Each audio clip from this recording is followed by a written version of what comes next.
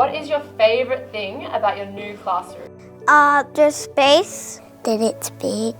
The computers. And if there's one word you could use to describe the school, what would it be? Colourful. Fun. It's nice and big. Pretty. Pretty.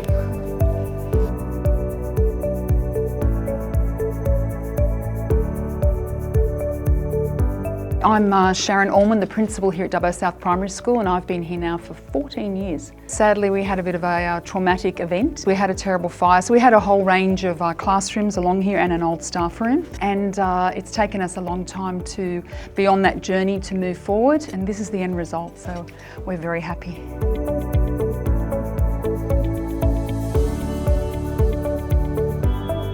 So what we've got is 5 classroom learning spaces, another 2 sort of special program rooms, and a very beautiful large staff room. Absolutely gobsmacked. I'm just totally thrilled and very excited that we've got this amazing, updated, modern space. It's really well thought out, and it really does allow opportunities, I think, for teachers to really do the best job they can do as well. So from that perspective, I'm just really looking forward to a whole new journey, which is going to be fantastic.